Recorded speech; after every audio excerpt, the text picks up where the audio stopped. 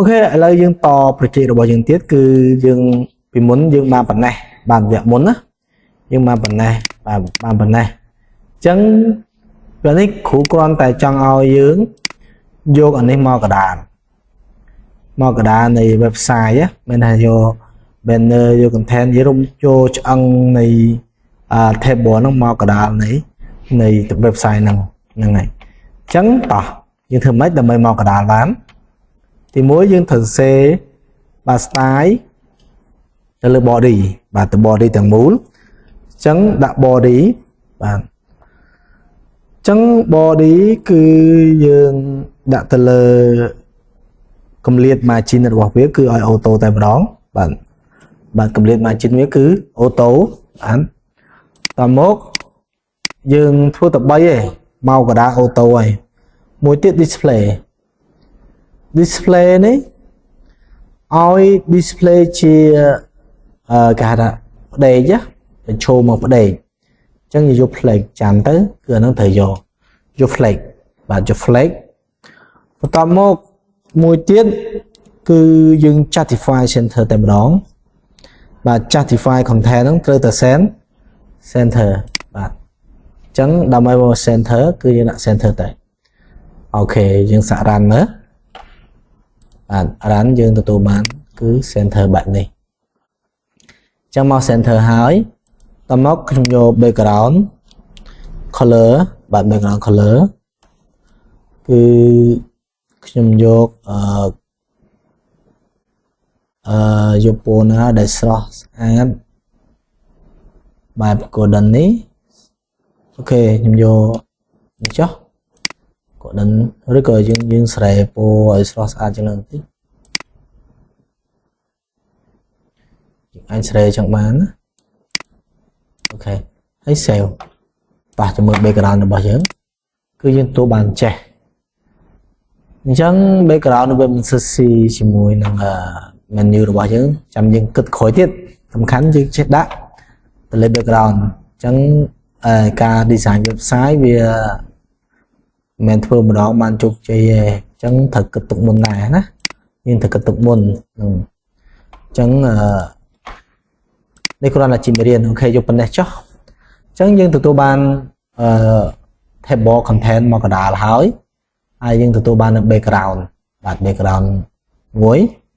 យ៉ាងស្រស់ស្អាតបន្តមកយើងមើលកន្លែងនេះកន្លែង menu នេះអត់តស្អាតទេអញ្ចឹងខ្ញុំត្រូវតែធ្វើ menu នេះខ្ញុំអត់ឆ្លាញ់បន្ទាត់ទេអត់ឆ្លាញ់បន្ទាត់អញ្ចឹងខ្ញុំលុបបន្ទាត់ចោលតើយើងលុបយ៉ាងម៉េចអញ្ចឹងខ្ញុំសរសេរខ្លះមួយទៀតដែលខ្លះហ្នឹងគឺឈ្មោះថា main now dial បាទពួកអីខ្លះហ្នឹងយើងប្រើទៅលើបាទ now ណាប្រើទៅលើ now អញ្ចឹងប្រើទៅលើ now អានេះប្រើទៅលើ URL ដើម្បីលុប bullet ចោលហើយបន្តមកខ្ញុំទៅលុបបន្ទាត់ link A នេះអញ្ចឹងយើងលុបបន្ទាត់ A អញ្ចឹងយើងបោះតម្លៃទៅឲ្យ A តែម្ដងហើយយើងបើកនេះមកហើយវាយចូលទី1យើងលុបបន្ទាត់ដើម្បីលុបបន្ទាត់បានលុបបន្ទាត់បែបនេះនៅលើ link ហ្នឹងយើងត្រូវដាក់ថាយើងប្រើ function មួយគឺ text decoration បាទ decoration អញ្ចឹង decoration ហ្នឹងវាមាន double dot ចេះមាន double មាន line មានអីចឹងណា overline solid បែបអញ្ចឹងយើងអត់ចង់បានបន្តទេគឺខ្ញុំយន់ណាន់តែម្ដងបាទខ្ញុំយន់ណាន់អញ្ចឹងយើងសាក run មើលយើងសាក run ទាំងអស់គ្នាបាទគឺបានបន្តហើយមួយទៀតខ្ញុំយក font វា font family ដាក់យកបែបនេះគឺយក font នេះស្អាតជួយចិត្តហើយបន្ទាប់មកខ្ញុំយក font weight បាទ font weight គឺខ្ញុំយកឲ្យវាដានបន្តិចគឺយក bold តែម្ដងតមកខ្ញុំយក font size ធំបន្តិចfont size គឺ vô một hơi chó pixel bạn ok lấy dương chụp tầm mơ bạn một hơi pixel chẳng thông cua xóm bạn thông cua xóm ok chẳng phần nắng cứ tha là mồm pin chặt về khả năng bên ấy tại ở việc shoot chừng nắng giờ toàn tế còn là tập năng sân tới ở mắt trong hover là đấy ở đầu pồ hover bên đấy ở đầu pồ trong hover bạn chấn nhưng mà cả chung một ở đá đời xa về thật lính bạn cứ làm men này ở đá con té nhóm sáng đầm lái hover từ ở lính cứ hover bạn hover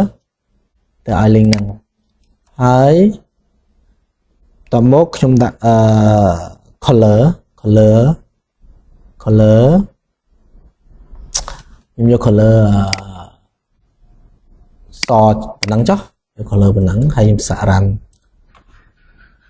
ok trong p trong hover bị lớn với trên bộ này bạn hover bị lớn mình hay chụp lớn trên bộ đằng thấy nhé trên bộ đằng ok mình non tên má ở với sàn tích bộ này hẳn áp vĩnh hover trên bộ ấy source an tích nhiều bộ này má ok ấy trong chụp đam hover ok gần xa đó trên bộ này rất là vô bộ lưỡng và lấy lộ rồi này nhé làm bộ ra cho bộ nắng còn tầm khán cứ nhiều chỗ chất á bây giờ theo website cái thứ mẹ nhiều chỗ chất mà nhiều chỗ chất giờ bàn lùi tệ ok bán lượng p đấy ok chấm nó không project ní ở đây để tầm khán cứ tìm muối tôn chưa muối đang event hover đại những mọi lính tam mốt nhưng bật bật ai chân tới tạo phone này ai tới ở đây để thấy mấy cứ take decoration mình hay dân lưu tốt ở trong này môi tiết body cứ bị chán display plate nó thật ra ấy justify content ở bên cái đảo ai nick không vô bo theo bỏ cứ vô biết bình năng đọc bài sub mà năng ecran này videoរបស់ YouTube ហ្នឹងហើយអូខេជួបគ្នានៅវគ្គបន្តជាមួយនឹង project ទូចតភាគហ្នឹងហើយ